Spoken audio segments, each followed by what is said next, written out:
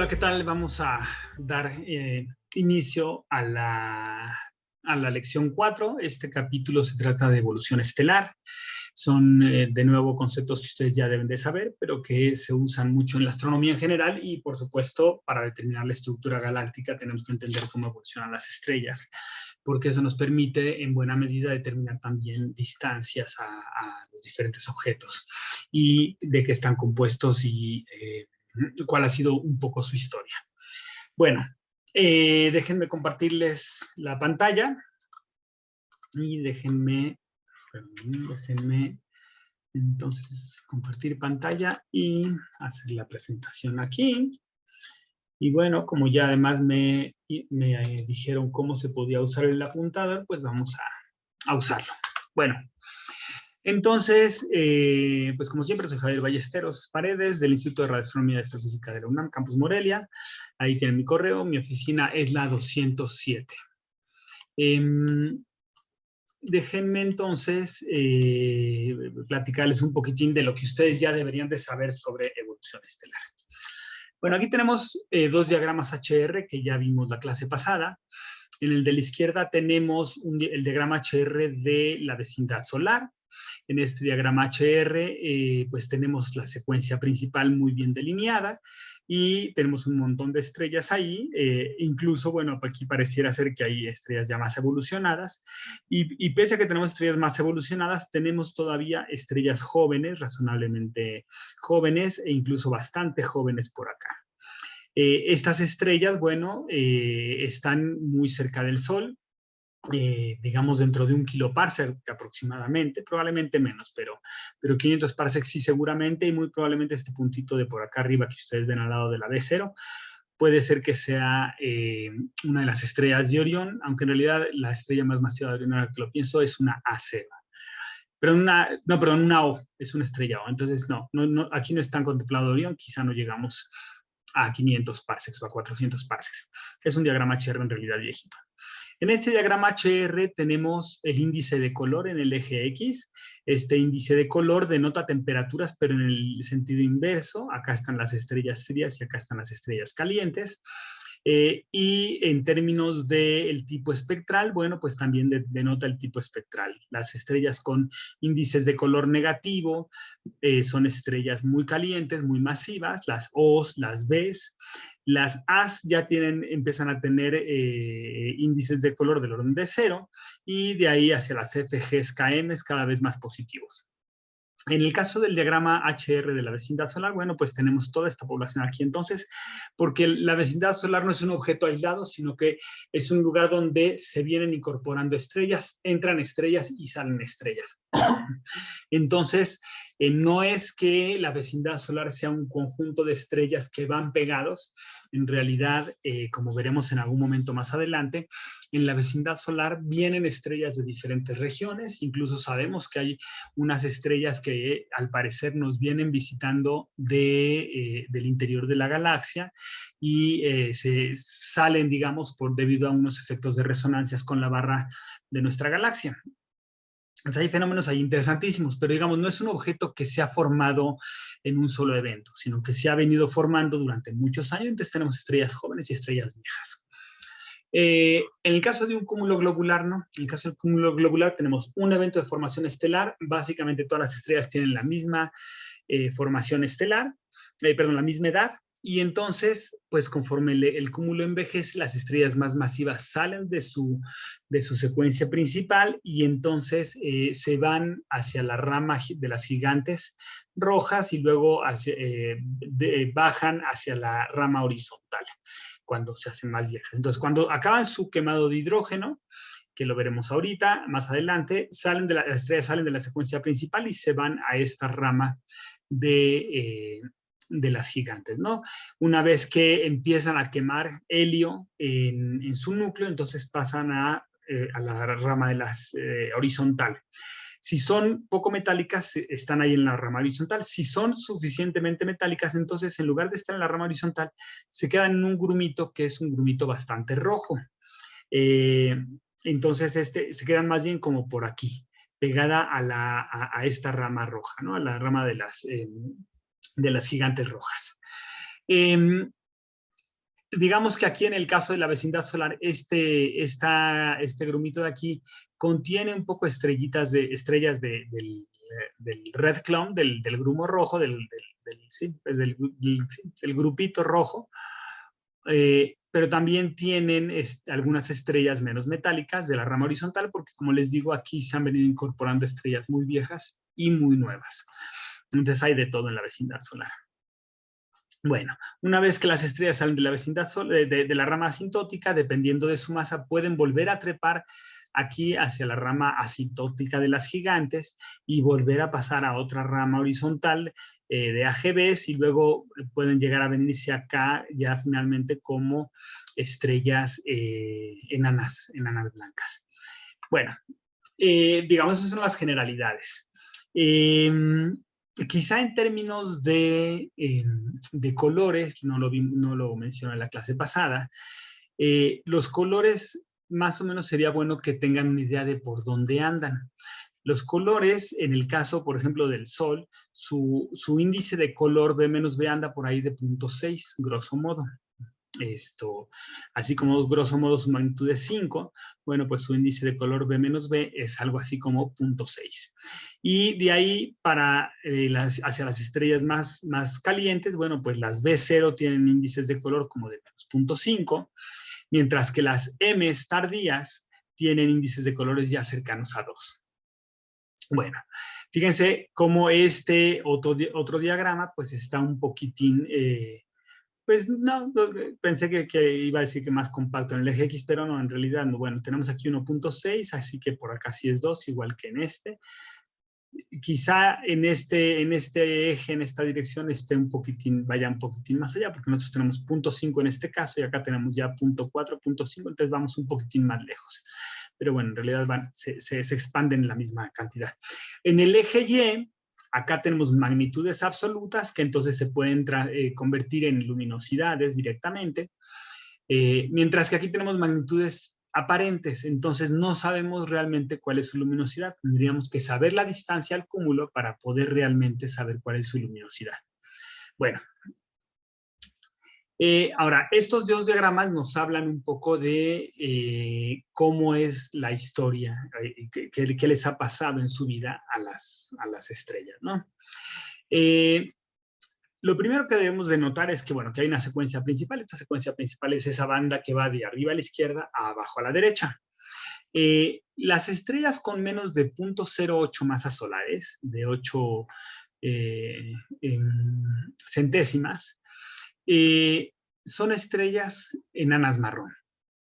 Estas estrellas no tienen un quemado de hidrógeno estable, lo queman por ratitos y luego lo dejan de quemar, queman un poco de deuterio, pero no hacen mucho más que eso. Entonces no se consideran propiamente estrellas. Estrella se considera una vez que tú puedes quemar hidrógeno de manera estable en el núcleo de la estrella.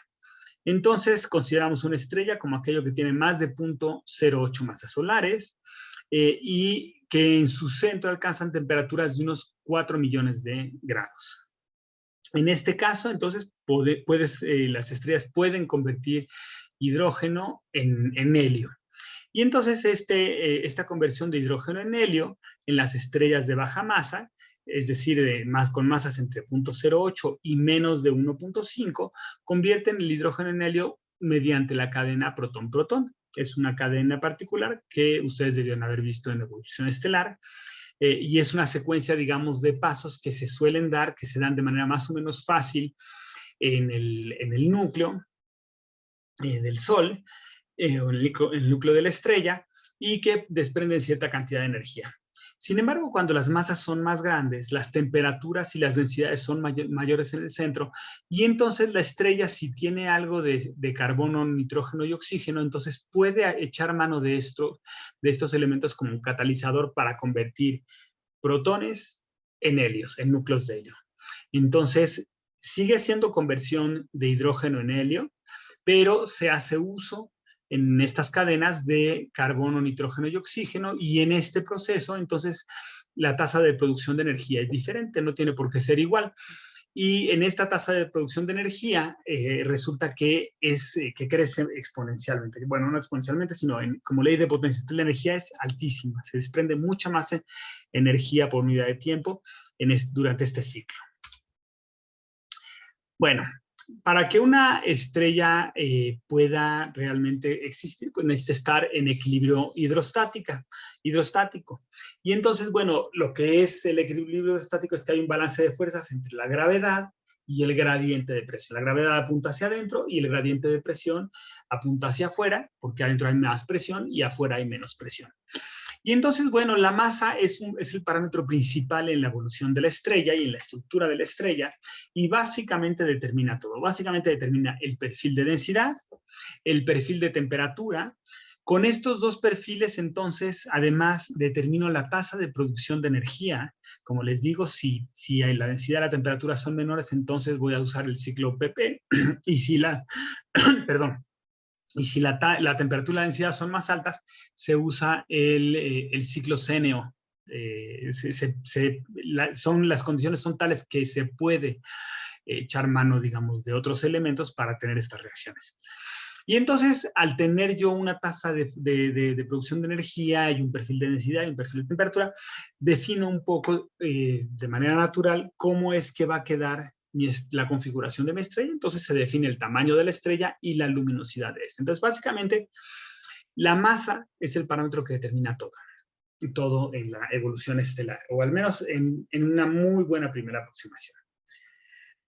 Entonces, bueno, pues una vez que conocemos la masa, sabemos en qué momento la estrella empieza a convertir hidrógeno en helio. Y a ese lugar donde empieza a convertir hidrógeno en helio, le llamamos la Zero Age Main Sequence, la secuencia principal de edad cero, es decir, cuando empiezan en ese momento a quemar, y esas depende un poquitín de la metalicidad. Entonces, para una metalicidad de tipo solar, el lugar, digamos, el lugar geométrico de la Zero Age Main Sequence es esta línea sólida que ustedes ven aquí. Estas líneas rayadas son, digamos, lo que le pasa a una estrella de secuencia principal conforme va quemando su hidrógeno. Conforme va quemando su hidrógeno, en su núcleo, va teniendo menos combustible y entonces la estrella un poquitín se infla y entonces se infla, se enfría tantito, pero aumenta su tasa de producción de energía, tiene que aumentarlo un poco para sostener el peso del material que hay. Y entonces sigue digamos, estas trazas que ustedes ven aquí dentro de la línea rayada. Como les comentaba, bueno, pues dependiendo de la masa, vamos a tener una luminosidad más baja o una luminosidad más alta. Y esto es porque, bueno, pues porque producimos más o producimos menos energía. Entonces, claro, si estamos produciendo una energía a una tasa muy alta, nuestro tiempo de vida va a ser corto, y si estamos produciendo energía a una tasa muy pequeña, nuestro tiempo de vida va a ser muy grande. Y esto es lo que se presenta aquí. En esta gráfica tenemos, digamos, cómo varía la edad de las estrellas de acuerdo a su masa, cuánto tiempo pueden estar en secuencia principal como función de su masa. Entonces, en el eje Y tengo la edad o el tiempo en secuencia principal, más que la edad, el tiempo que viven en secuencia principal contra la masa de la estrella. Y como pueden ver, las estrellas muy masivas apenas viven unos cuantos millones de años, 2, 3 millones de años, las estrellas que tienen 100 masas solares. Las estrellas de 10 masas solares ya se permiten vivir entre 10 y 20 millones de años. Es decir, va aumentando el tiempo de vida en la secuencia principal. Y las estrellas de más baja masa incluso pueden vivir en su secuencia principal, pueden vivir más que lo que es la edad del universo hoy día. ¿Esto qué significa? Bueno, pues que las estrellas de estas masas menores, digamos como de 0.6, 0.7 masas solares o menos, estas estrellas están en secuencia principal desde que nacieron y no han salido de ahí. No importa si fueron las primeras que se formaron o no. Entonces, básicamente lo que nos está diciendo esto es las estrellas de secuencia principal de baja masa viven muchísimo, pueden vivir varias veces la edad del universo actual. Bueno, La masa es el parámetro principal que determina básicamente su posición en el diagrama HR, su estructura, etc. Sin embargo, hay un parámetro que lo modula un poquitín más, es un parámetro ya más fino, y esta es la composición química. Conforme menos metalicidad tengo, las estrellas se vuelven más calientes. Y bueno, esto es porque finalmente si yo tengo baja metalicidad, el gas no puede radiar tan fácilmente y entonces se queda más el calor, se atrapa más el calor. Aquí tenemos, por ejemplo, una traza evolutiva de una estrella, de una masa solar, y si variamos su composición química, entonces la traza se nos mueve un poquitín hacia la izquierda o un poco más hacia la izquierda. Esta de aquí tiene una metalicidad muy, muy baja. Estas son las estrellas con metalicidad más baja que se han encontrado, ¿no? Entonces, pueden ver ustedes que las estrellas se vuelven en general más calientes y un poco más luminosas. Fíjense cómo el famoso turn off point se mueve hacia arriba y hacia la izquierda, en el caso de muy baja metalicidad, y como en el caso de la rama horizontal, también se nos mueve de este lugar a un poquitín más calientes, es decir, más hacia la izquierda, y más luminosos, es decir, más hacia arriba. Bueno, entonces esta composición química es un parámetro secundario y la baja metalicidad nos produce en general estrellas más calientes. La manera en la que se mueven está denotada por estas flechas que les indico aquí. Este es un diagrama HR que hicimos en la clase pasada. Y nada más como recordatorio, acuérdense que es que si yo pusiera aquí el índice de color B-B, aquí estaría el 0 alrededor de las A's. Por acá estaría el 2 y por acá estaría ya el -1. El punto 5 anda por acá en las B's, perdón, el menos punto 5 y entonces por acá andaría el -1. Quizás hasta un poco más. Bueno, es nomás como recordatorio eso. Aquí en realidad, perdón, la distracción, estamos hablando precisamente de esta dirección en la cual se mueven las estrellas cuando se vuelven menos metálicas. Y la explicación de que se vuelvan más calientes es que cuando tienen menos metales hay menos opacidad y entonces la estrella la radiación escapa más fácilmente. Entonces yo tengo menos metales, entonces atrapo mi atmósfera, no se permite atrapar la radiación y entonces la estrella como que se quiere enfriar. Y entonces eso hace que la estrella se contraiga más porque se está enfriando más y entonces eso hace que aumente la tasa de producción de energía y aumente la temperatura. Digamos, teniendo la misma masa, pero diferentes metalicidades, una más metálica que la otra. Entonces, bueno, pues finalmente esto es lo que nos produce la metalicidad, que nos hace más calientes y ligeramente más luminosas las estrellas. Bueno, vamos a platicar un poquitín de la evolución post-secuencia principal. Sería bueno que ustedes apaguen el video, le pongan pausa a este video en este momento y piensen un poquitín como, si se acuerdan de su curso anterior, cómo es la evolución por secuencia principal de una estrella de baja masa, de una estrella de masa intermedia y de una estrella de masa alta. Piénsenlo durante 5 o 10 minutos. Si quieren, escriban las principales características sin tener que hacer una gran redacción. Simplemente pasa esto, tienen esta estructura, qué sé yo, ¿no? Y si este es el caso, entonces, bueno, pues ya prenden, una vez que lo sepan, prenden el video y tratan de comparar qué sí ustedes anotaron y qué no, qué les faltó anotar. Ese puede ser un buen ejercicio para recordar el curso pasado. Bueno, entonces, vamos a ver qué pasa con con estas estrellas. Aquí, ojo, me faltó un 8, es lo que estoy viendo. El tercer caso son estrellas con más de 8 masas solares, las estrellas más masivas. Bueno,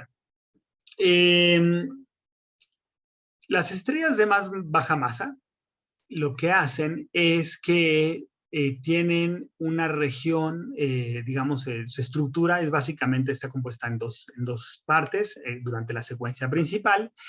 La primera parte es que en su núcleo, en su parte más interna, están quemando hidrógeno en helio mediante el ciclo PP, como ya lo comentamos, y en el resto de ¿cómo se llama? De la estrella, hay una región pues, que no tiene reacciones nucleares. Si la estrella tiene muy poca masa, las reacciones nucleares se llevan a cabo aquí.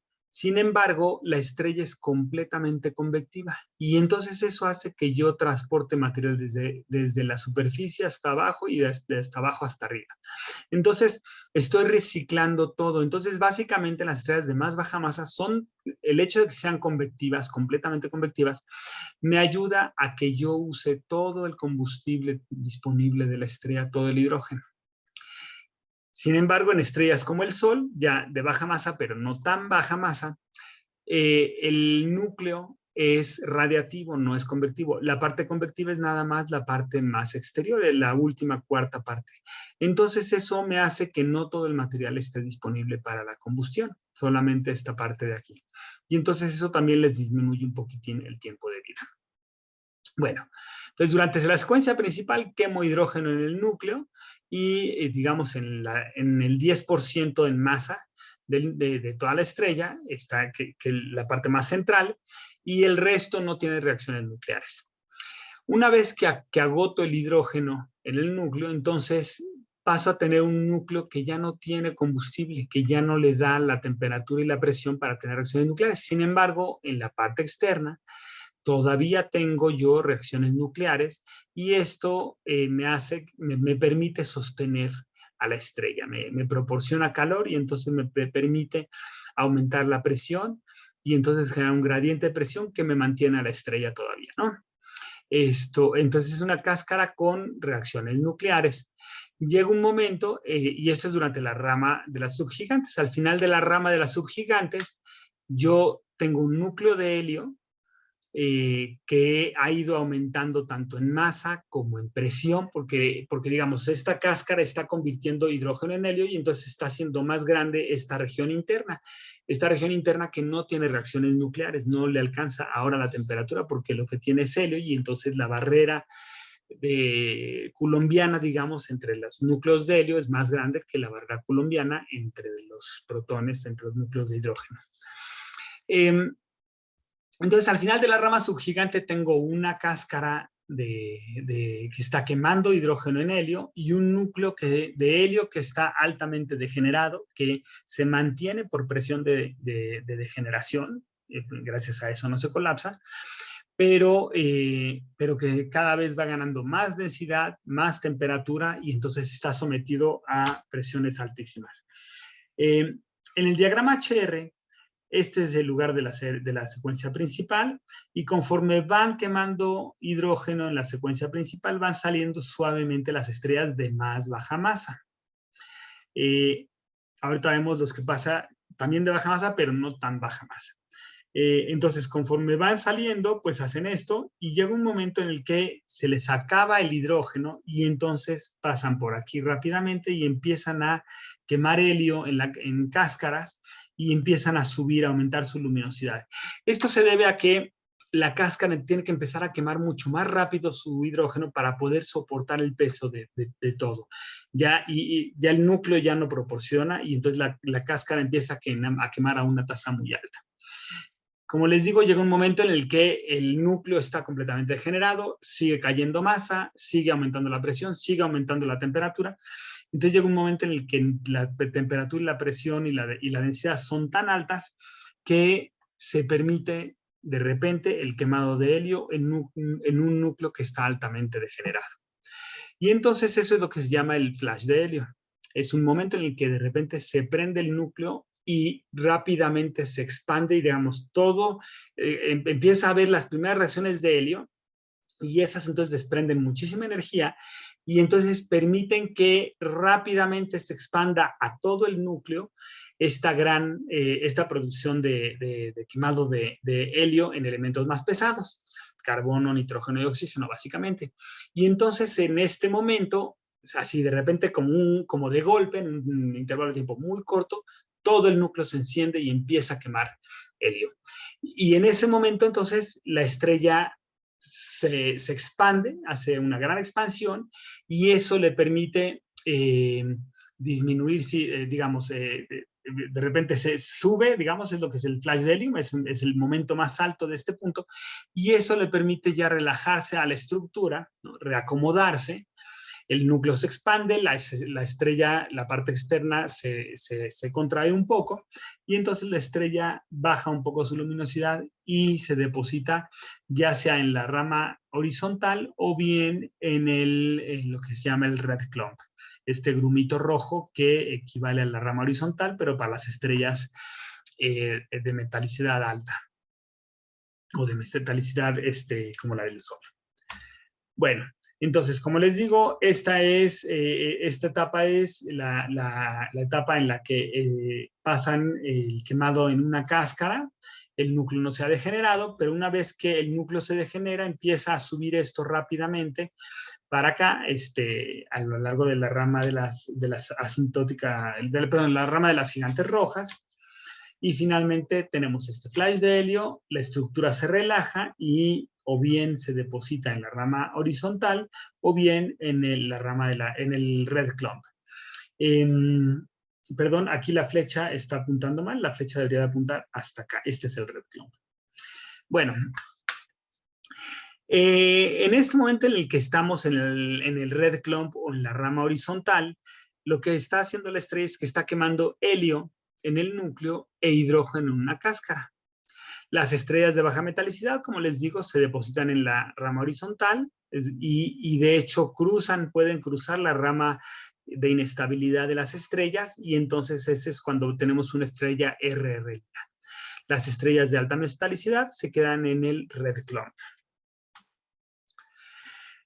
Ahora bien, una vez que las estrellas acaban todo su helio en el núcleo, entonces empiezan a quemar hidrógeno y helio en cáscaras. Y entonces se produce un proceso similar en el cual la estrella, el núcleo se empieza a contraer y la estrella se empieza a expandir como un todo, la parte externa de la estrella, y eso es lo que se llama la rama asintótica de las gigantes. Y entonces las estrellas suben a la rama asintótica de las gigantes, y es una fase muy inestable donde de repente pierden masa, ¿no? Se inflan tanto que parte de la masa se alcanza a ir, se va a velocidades bajas, digamos 20 kilómetros por segundo, lo cual es bastante bajo.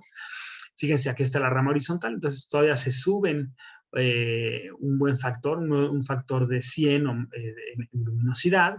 Acá tenemos 100 y acá tenemos 10.000, se suben bastante. Y finalmente van perdiendo estas cáscaras externas y las estrellas, la parte central, se contrae y se termina convirtiendo en una estrella enana blanca. Entonces, esta es, digamos, la fase donde se empiezan a producir los gases, se empiezan a expandir y es lo que eventualmente va a terminar siendo una nebulosa planetaria que está iluminada por una estrella enana blanca, pero que alrededor tiene el gas que se expulsó en todas estas fases, en toda esta fase donde se expulsa gas a baja velocidad. Eso es lo que le pasa típicamente a una estrella de baja masa. Si llega a quemar helio o no llega a quemar helio o incluso carbono o no, depende de la masa de la estrella. Las que son un poco más masivas dentro de estas estrellas de baja masa alcanzan a quemar un poquitín de elementos más pesados en su núcleo, mientras que las estrellas de más baja masa no llegan ni siquiera al quemado de helio. Bueno, y entonces,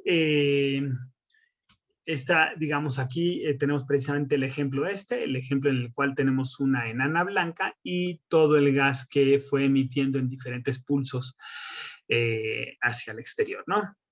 Entonces, lo que queda al final de todo este proceso es una nebulosa planetaria. ¿Qué es esto? Pues es una nebulosa de gas que echó la misma estrella y ya aquí ha recorrido distancias grandes, y lo que hay en el centro es una estrella enana blanca. Es un objeto muy caliente con temperaturas de 100.000 grados, algo así, y que se va enfriando poco a poco. Bueno, las estrellas de masa intermedia, pero antes de ir a las estrellas de masa intermedia, notemos una cosa. Las estrellas de baja masa, pues esta es su traza, ¿no? Y queman hidrógeno durante toda su vida, ¿no? Y una vez que queman su hidrógeno, pues se quedan como objetos, como enanas, que se van enfriando y ya no pasa más, no tienen suficiente masa como para hacer mucho más. Estrellas como el Sol tienen esta trayectoria, pero fíjense cómo estrellas un poquitín más masivas. Tienen esta trayectoria que de repente se quiebra. ¿Ok? Esto pasa ya a partir de 1.25 masas solares. Bueno, depende también de los modelos, pero digamos alrededor de poquito arriba de una masa solar tienen este quiebrecito. Y fíjense cómo lo tienen todas las demás estrellas, ese quiebrecito. Ese quiebrecito se debe a que, digamos, el núcleo deja de quemar y se contrae un poquitín. Digamos, hay un pasito en el cual como que se contrae un poco el núcleo en el momento en el que está dejando de quemar hidrógeno en su parte más interna, ¿no? Bueno, las estrellas, entonces, perdón, déjenme regresar, de masa intermedia, lo que hacen es que salen de la secuencia principal y pasan por esta región de manera muy rápida, tan rápida que es raro encontrar estrellas en esta parte, y entonces a eso se le llama el Hertzsprung Gap, porque Hertzsprung fue este astrónomo holandés que participó en la construcción de este diagrama, el diagrama HR, notó que aquí había muy pocas estrellas, o si no es que ninguna.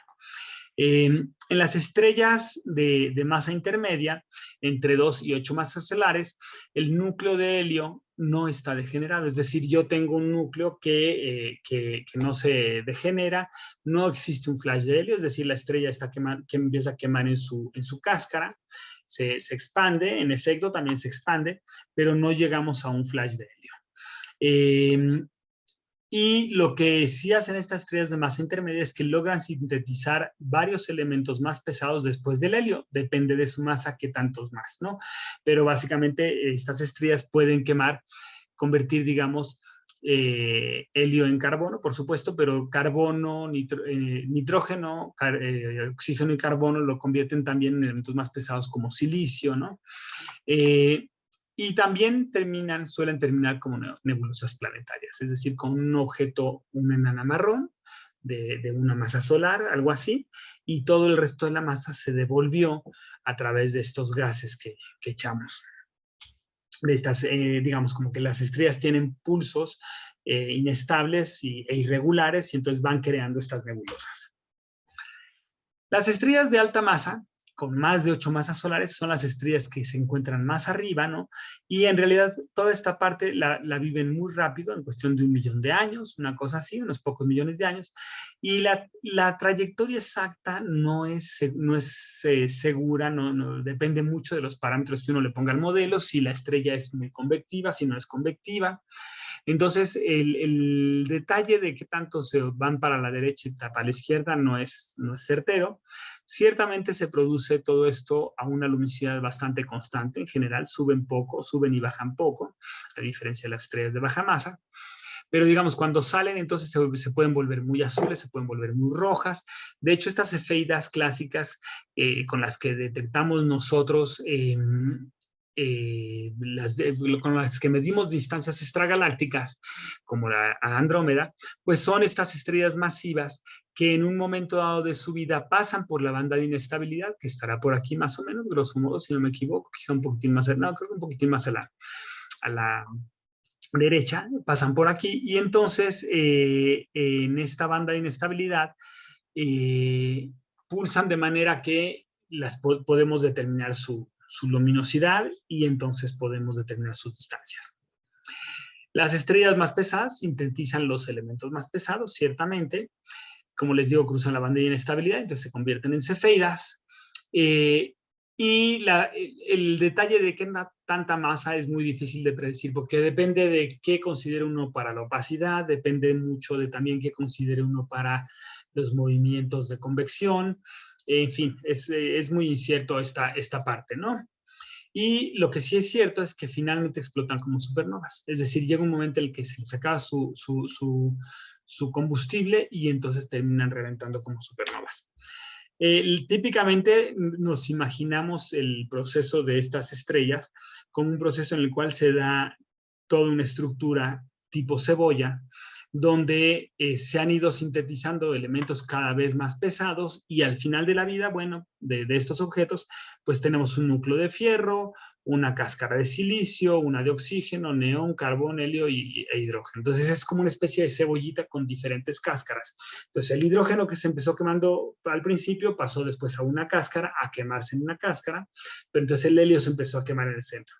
Una vez que el helio dejó de funcionar en el centro porque ya no había más helio, entonces se siguió quemando en cáscaras, pero el hidrógeno se siguió quemando más afuera. Ahora, en la parte central, pues ya no quemó, digamos, ya no está quemando helio, pero entonces empieza a quemar carbono cuando alcanza las temperaturas suficientes. Y así, lo cierto es que cada vez la región central es más masiva, más pesada, tiene elementos más pesados, los cuales pues requieren también, en su momento, requieren temperaturas más altas y densidades más grandes para poder empezar a quemar, pero finalmente lo hacen y es un proceso muy rápido que se da muy rápido el quemado de estos elementos comparativamente con lo que es el quemado en el núcleo del hidrógeno.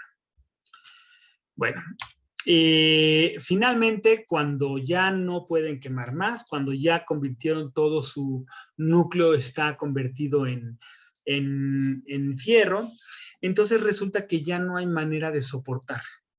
Digamos, ya no hay manera más bien de producir energía. Si yo empiezo a fusionar fierros para convertir, o fierro con cosas para convertir elementos más pesados, ese proceso, en lugar de liberar energía, consume energía. Y claro que se da, pero entonces al consumir energía le resto yo soporte a la estrella. Entonces no solamente dejo de producir, sino que además de producir energía, sino que además le empiezo a quitar energía a la estrella. Eh, entonces la estrella de repente sufre un colapso porque de repente pierde su soporte. Es muchísima masa para aguantar su peso, y no tengo la tasa de producción de energía adecuada. Y entonces no solo no tengo esa tasa de producción de energía, sino que dadas las densidades son tan altas que empiezo yo a fusionar fierro con protones, con núcleos de helio, y empiezo a formar elementos más pesados, y entonces le quito energía a la estrella.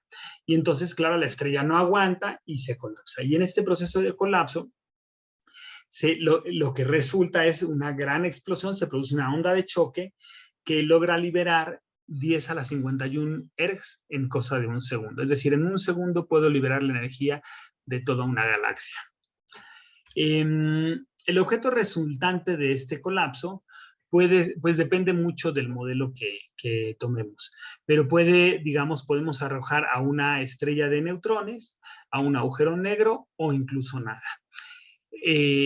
Digamos, quizá las estrellas de alta masa, pero menos masivas, lo que producen al final es una estrella de neutrones, pero si tengo más masa, entonces la onda de choque puede ser más explosiva, más energética, y entonces reviento todo, y lo que me queda en el centro, como tengo tanta masa, ni siquiera puede soportarlo como para tener una estrella de neutrones, se produce un agujero negro. Aunque también hay modelos donde la explosión es tan grande que todo se vuela, todo, incluido este núcleo de helio, perdón, de fierro, se rompe y sale volando en pedazos, ¿no? Entonces, bien pudiera suceder que no quede nada. Este proceso es un poquitín incierto. Lo que típicamente se asume es que se forma una estrella de neutrones si es una estrella de unas 8 masas solares, o un agujero negro si la estrella tenía más masa. Bueno, la energía total liberada durante su vida, pues depende de esta integral, de la integral de la luminosidad, que es una potencia, integrada en el tiempo. Es decir, cuánta energía por unidad de tiempo liberé durante cuánto tiempo. Pues ese producto me va a dar la energía total liberada. Las estrellas de alta masa tienen una luminosidad, si se fijan, muy constante, muy parejita. Y entonces, en este caso, pasan más tiempo en secuencia principal, y estas fases son mucho, mucho más rápidas. Dado que la energía es la misma, entonces básicamente toda la energía se libera durante la secuencia principal. Las estrellas de masa intermedia, fíjense cómo tienen, bueno, pues sí, la energía aumenta hacia el final después de su secuencia principal, la luminosidad aumenta, pero aquí pasan suficientemente tiempo como para que este aumento en energía no domine la luminosidad, de manera tal que en este proceso por secuencia principal, pueden liberar tanta energía como la que liberaron a lo largo de toda su vida en secuencia principal. Las estrellas de más baja masa, en cambio, tienen tan poquita luminosidad que básicamente, aunque este tiempo es mucho más corto, el tiempo de la rama de las gigantes rojas, el tiempo de la rama horizontal, etcétera, no es tan largo comparado con su tiempo de vida en la secuencia principal. Sin embargo, aunque no es tan largo, de todos modos esta energía es tan grande que le emiten un poco más de energía en la postsecuencia principal que en la secuencia principal.